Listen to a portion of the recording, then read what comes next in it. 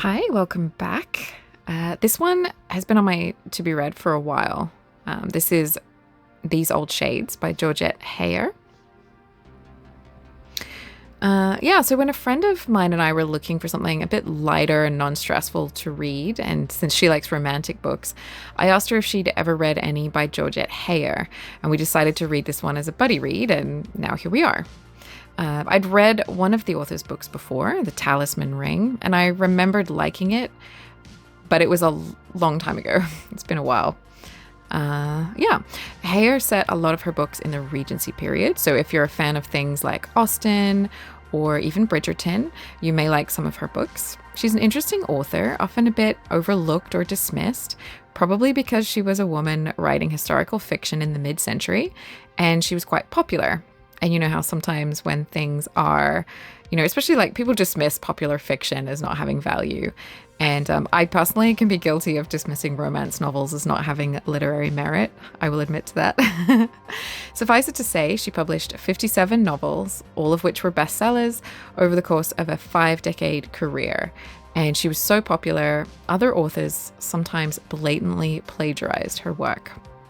So in this video, I'm sharing the book These Old Shades, which is the one my friend and I buddy read, and I'm going to tell you a little bit more about the author as well at the end, if you're interested. So this book is set around 1755, taking place largely in the upper echelons of French society. These Old Shades was published in 1926, and it's the story of Justin Alastair, Duke of Avon, who happens upon a young boy one night who is running from an abusive master.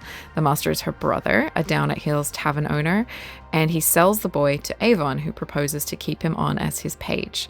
The boy, Leon, is eternally grateful for the release from a family who abused him and a lifestyle that was, shall we say, debauched at best. And so he's devoted to the man who saved him. But there is more to Avon and Leon than meets the eye. Avon is nicknamed after the devil for various indiscretions in his youth, and he openly tells Leon that his taking the boy on was not altruistic, but he suspects that the child may be of use to him. And to this, Leon is also hiding a secret, which I won't spoil for you here, but there you have the opening premise of this novel. Leon's secret is often spoiled in the blurb on the back of most editions, but it's not revealed until about a third of the way in. And I didn't know the reveal as I was reading, and it's so much more fun if you don't know. So I'm just going to leave it at that. Avon's purchase of this boy is only the start of a swashbuckling tale of adventure, romance, intrigue, the French court, and a long, simmering revenge plot. So this is one of Georgette Heyer's most popular and well-known books, one of the earliest in her career, and it has 2 sequels. For perspective, it was released during the general strike in the UK, which meant it became a bestseller with little to no press coverage at all. From then on, Heyer decided that her books didn't really need publicity, they would sell themselves, and interviews with her to promote them, she stopped doing those completely, feeling that her work could just stand on its own merit, which is really interesting. For me, it was fun to read, and it was clear that the author was having a good time when she was writing it. The main characters, good and bad, are quite serious and earnest, but the side characters are delightfully fun types and engage in witty banter, which kept it all from being too sort of dense or heavy. Excuse me. I really liked this balance. It kept it all fun and romantic when it could have gotten a little bit dark if it chose to, or if you thought about it too much. There are dark moments that the book sort of hints at, but it doesn't lean into them. One near the very end kind of springs to mind, which I won't elaborate on because it's a massive spoiler, but I was kind of like, wow, okay. The plot is satisfyingly simple and, dare I say, perhaps a little bit predictable. But since I was looking for something lighter, this was quite nice. It meant that the icing on the cake was the characters and the little sort of adventures and the dialogue, the romance, the historical period. And then the plot was kind of satisfying because I knew how I wanted it to end. And that as a historical romance, it was probably going to end that way. Like, that's sort of what I was in the mood for. Happy ending or whatever. In fact, the title of the book in some ways hints at this. The book reuses some ideas from her first book, The Black Moth, which was originally... So this book was originally intended as a sequel to that, but since that didn't really work too well, Heyer rewrote it and reworked it to be a new novel with the ghosts or shades of her former characters and plot still present underneath. So the phrase is from a poem from a book called 18th Century Vignettes by Henry Austin Dobson. And the poem was in the epilogue of that book. And it humorously talks about why it's more fun to write about these old shades, characters from former times, because no one can claim you're writing about them if it's historical fiction. Personally, I also think the plot of this book uses some points that are lifted from other older classics. There's a little bit of, if you've read this book, you'll kind of know there's a little bit of Shakespeare in here, maybe. Even some early Gothic fiction, like The Old Baron or Castle of Otranto. I can kind of see, that in this as well, these kinds of stories. Though here it's placed in 1700s France. So it has shades of former well-known romantic kinds of stories as well. It's not a perfect read. The sexual and social politics of the time period described in the book is very different from today and could be considered quite dated. And since 1926, when it came out, was also about 100 years ago, the time of its publication also reflects different attitudes to now, a little bit. Something to bear in mind if you're not used to reading older novels. The obsession with social class strikes you in this book. The idea that someone's true class was intrinsic or genetic even, and would inevitably kind of show through, is an interesting idea that came up a lot in books and fairy tales from centuries past. It's basically what The Princess and the Pea is about, essentially. Like, he knows she's a princess because she's so delicate, right? That's your proof. But it's not an idea that you hear sort of bandied about often these days. I think the social strata is very different now, and people can sort of, obviously I'm speaking very broadly, but I think, it's not so rigid as it has been in the past. There is an age gap in the relationship in this book that is large, 20 years. Even the characters comment on this. And this is definitely something that's less common today than in previous decades, definitely than in previous centuries, and frowned upon now for sure. But I think as I was reading this, I just kind of ignored that. It is potentially problematic, but I don't know why. It just sort of, if I read this in a book from today, I would be like, oh, that's not cool. But for some reason, in reading this book, I just kind of went with it. I don't know. In more sort of technical criticism, the names of the characters can be hard to keep track of. So Justin, for example, he is named Justin, my Lord, Avon, the Duke, Monsignor, Lord Alastair. You kind of get the idea. I didn't mind this too much, but my friend who was reading it kind of bothered her. And she was reading it as an audiobook. And I don't know if that makes a difference or not, but it's definitely something where you have to think about who's speaking or who it's referring to. She also found the little French bon mots a little jarring, which I think is fair criticism too. I thought that Leon got a little annoyingly cute sometimes, and we never really got a good explanation for why Avon is nicknamed Satanas. Though we do get some ideas and hints, I guess. But it just seemed like he didn't... Well, I don't know. If you've read the book, you feel free to let me know what you think. But I kind of felt like it was sort of... We're just supposed to accept that that's, this is his character kind of thing. And it's like, okay, they're just going to tell us that and maybe not show it so much. But yeah, on the whole, for me, I found the book quite charming. It was a really nice change of pace from other things I was reading. I liked that there was a little adventure and swashbuckling in the plot. That was satisfying for me. And Leon is definitely a product of the 20s in kind of the best way. I can't really tell you without spoiling it. So, yeah. I liked the good guys in this book and wanted things to work out for them. I enjoyed their sort of playful banter. I thought that was quite fun. Best of all for me was the attention to detail and accuracy of the time period. which I will get into a little bit more. It was an enjoyable bit of romance and escapism for me without being silly or too light.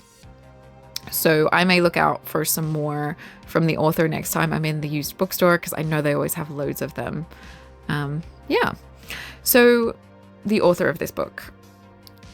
My copy of this book has a nice old oil portrait featured on it, but the original 1920s book had a lovely illustration that reminded me of Perrault's Cinderella. I don't know if you know that French fairy tale author, but a lot of his books have these beautiful sort of illustrations, and it just reminded me of those people in period dress before a huge window, perhaps at a court or at a ball. It's a lovely image, and this was Georgette Heyer's, I think, third or fourth book.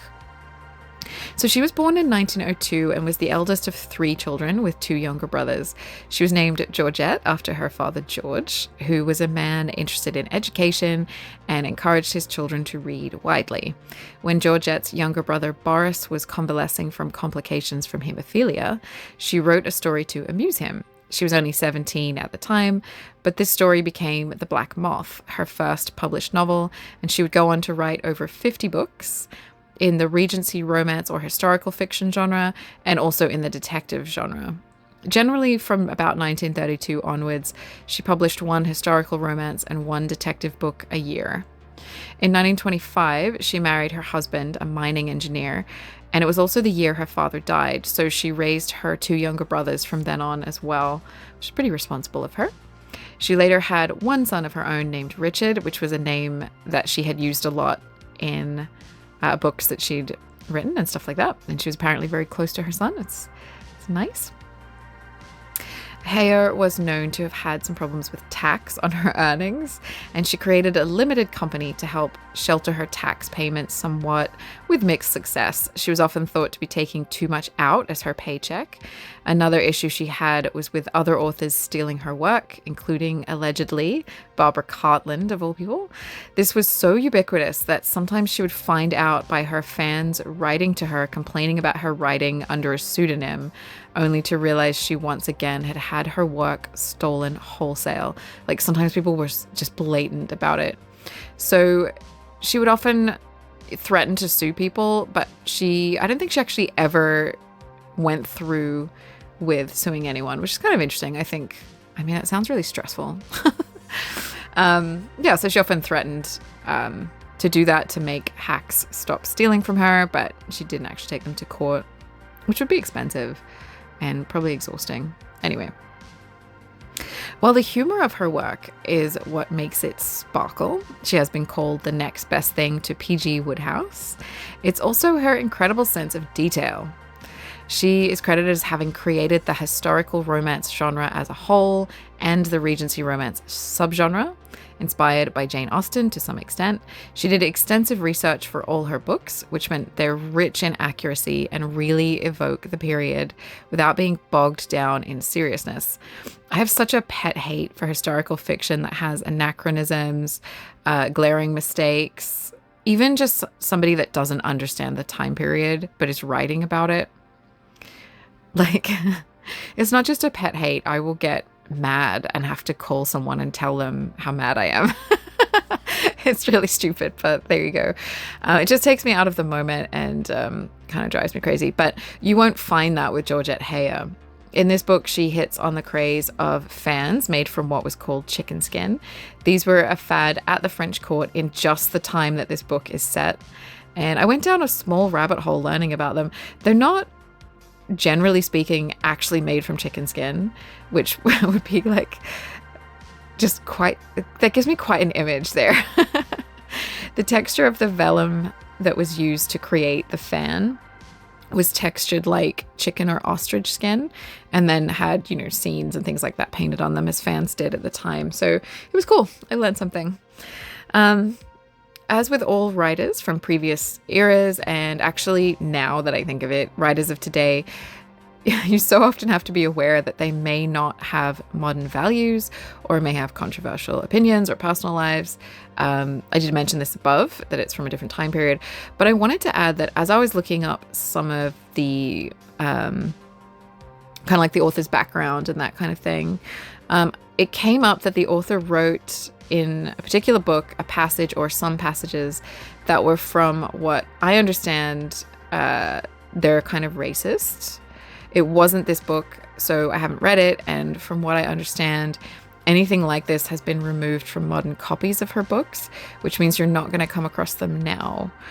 But it just felt a little weird to not mention it, and just sort of not give you all the information, so you can kind of make a decision about that. You can look it up if you want, and see how you feel about reading her. Yeah, I mean, it's such a complicated debate, I think, as to whether, do you want to... I mean, literature's so influential. There's so many like interesting debates you can find online about whether you should or even can, like read authors who have problematic, behaviors and art separated from the artist and all that kind of stuff. So I'm going to leave that with you. Unlike a lot of popular writers of their era, Heyer remains popular with readers today, and she's still in print. My local library lists 58 books with her name on them in their catalogue, which presumably means that they probably have all of her books, or almost.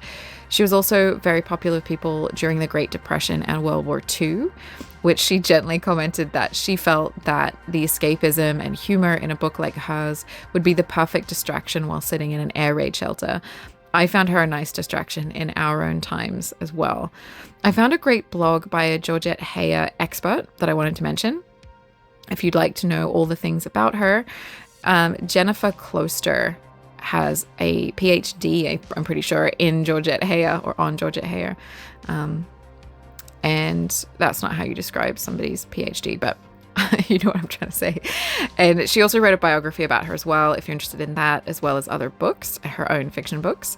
Her site has loads of fascinating details that might interest you. So I'm going to put that below, jennifercloster.com.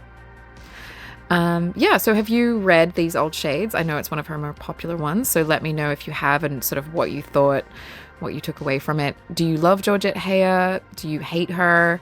Which of her books have you read and enjoyed? Let me know in the comments. If you want to recommend one to me or tell me that you hated it, I love that. If you have a memory of like your first summer reading her or something like that, I absolutely love those stories, so please tell me in the comments. And thank you for joining me on another little journey. And I'm sure I'll talk to you again soon. You can check out some of my other videos. I also have another channel and socials, so you can find links below if you want more of that. And if you want to hang out again, remember to like and subscribe. And you can always leave a comment, let me know what you thought, or let me know what else you might want to see. Thank you.